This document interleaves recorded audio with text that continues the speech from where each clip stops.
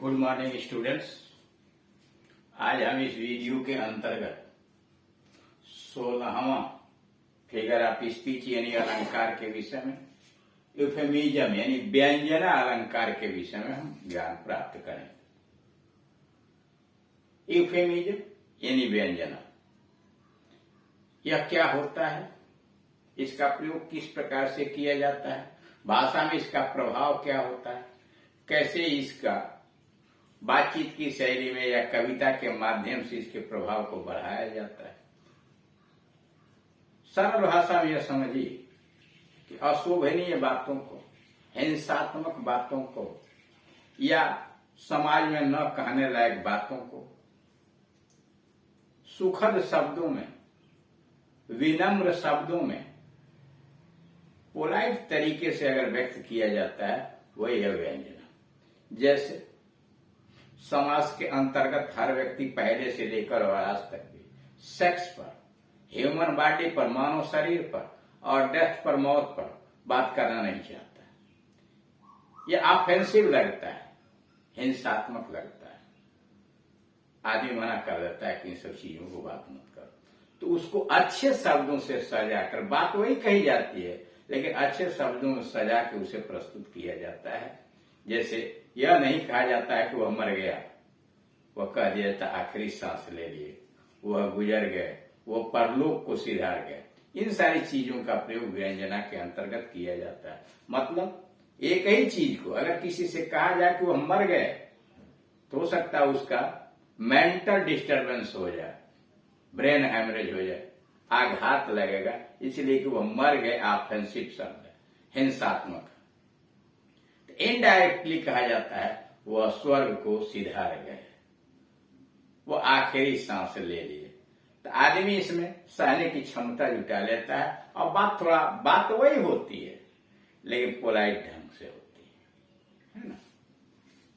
परिभाषा, euphemism is a polite word. कह रहा है यूफेमिज्म जो है एक विनम्र शब्द होता है, कोमल शब्द होता है, आर एक्सप्रेशन अथवा एक कोमल अभिव्यक्ति होती है that is use to refer to the things, जो उन चीजों के लिए, उन बातों के लिए प्रस्तुत किया जाता है विच पीपुल में फाइंड अपसेटिंग, जिसे लोग परेशान करने वाला या कष्टकारी समझते हैं, उन चीजों के लिए प्रयोग किया जाता है। एम्बरास्टिंग या घबरा जाने लायक चीजें प्रस्तुत करते हैं टू टॉक अबाउट, यानी जिन चीजों के विषय में लोग बात करने से घबराते हैं या परेशान हो जाते हैं, उन चीजों के लिए कोमल कोमल शब्दों का प्रयोग किया जाता है। देखिए, a euphemism is a polite word. व्यंजना एक ऐसा शब्द होता है, विनम्र शब्द होता है, एक्सप्रेशन, विनम्र अभिव्यक्ति होती है बोलने वाले के द्वारा, that is use to refer to the things, जो उन बातों के लिए, उन वस्तुओं के लिए, उन चीजों के लिए संदर्भित किया जाता है, प्रस्तुत किया जाता है। People may find upsetting or embarrassing to talk about, जिसके विषय में लोग बात करने से घबराते हैं, परेशान हो जाते हैं, उनके लिए विनम्र शब्द या विनम्र अभिव्यक्ति के माध्यम से बात को कह दिया जाता है। जैसे फॉर एग्जाम्पल सेक्स पर कोई बात करना नहीं चाहते, उससे बात करते ही लोग घबराते हैं, परेशान हो जाते हैं, है ना। द ह्यूमन बॉडी, मानव शरीर की जो बनावट है, तरीके हैं, क्या क्या है, कैसे पार्ट उसके क्या है, सारे पार्टों के विषय में कोई बात करना नहीं चाहता है।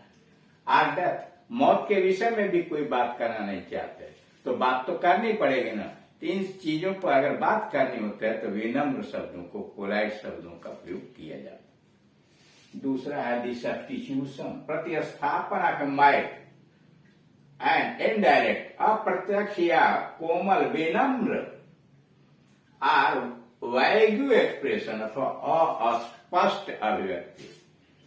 कह रहा है कि विनम्र, अप्रत्यक्ष, अस्पष्ट अभिव्यक्ति फॉर वन थॉट, एक ऐसे विचार के लिए टू बी ऑफेंसिव,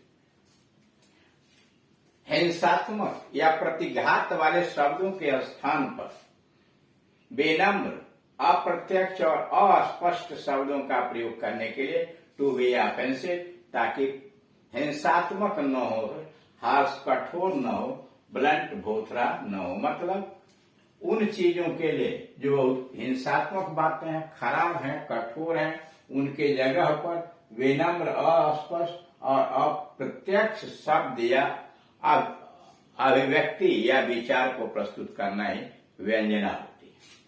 तीसरा, this figure of speech consist in using agreeable.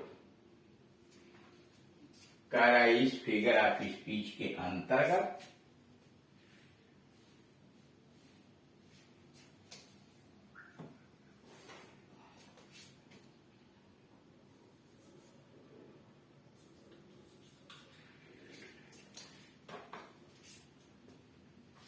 This figure of speech consists in using agreeable word, सुखद शब्दों को, for a disagreeable thing। इस अलंकार के अंतर्गत दुखद बातों के लिए, कष्टदायक बातों के लिए सुखद शब्दों का प्रयोग किया जाता है, सुखद विचारों का प्रयोग किया जाता है। यानी कष्टदायक या सुखद बातों के लिए अगर आनंददायक, कोमल, विनम्र शब्दों का या अभिव्यक्ति की जाती है तो वह कहलाता है यूफेमिज्म। उदाहरण के लिए पहला है, he left the word for heavenly abode। सीधे यह न कहकर कि वह मर गया, हम चाहते तो लिख सकते थे he died, वह मर गया, लेकिन कहा क्या गया, he left the world, उसने संसार त्याग दिया, संसार छोड़ दिया, किस लिए, for heavenly abode, ईश्वरीय घर के लिए, स्वर्ग सिधार गया, यानी वह स्वर्ग में रहने के लिए यह दुनिया छोड़ गया। He left the world for heavenly abode, वह स्वर्ग के घर के लिए यह दुनिया छोड़ गया। मतलब यह उतना हिंसात्मक नहीं है, कष्टदायक नहीं है, जितना सीधे कर दिया कि वह मर गया। दूसरा है, he has left the world for eternal rest, शाश्वत आराम के लिए, अस्थाई आराम के लिए, सदा सदा आराम करने के लिए वह दुनिया छोड़ गया। He has left the world, सदा आराम करने के लिए, सदैव सोने के लिए, लंबी नींद लेने के लिए वह दुनिया छोड़ गया। मतलब फाइनल हो गया। He has fallen asleep, वह सो गया है, वह गहरी नींद में चला गया, मतलब मर गया है। That is he is dead। He has fallen asleep, वह सो चुका है, मतलब मर गया है। यू आर, अब मरना कितना हिंसात्मक बात है, खराब बात है, उससे बचने के लिए इन सारे कोमल कोमल शब्दों का प्रयोग किया जाता है। You are telling me a fairy tale, आप मुझे परियों की कहानी सुना रहे हैं, मतलब हवाई फाय। You are telling me a fairy tale, आप मुझे परियों की कहानी सुना रहे हैं। जो चीजें असंभव नहीं है उसको भरमाने के लिए या आनंददार करने के लिए परियों की कहानी की बात की है।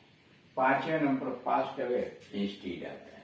यह कहने के बजाय कि वो मर गए, पास्ट अवे कहा जाता है, गुजर गए।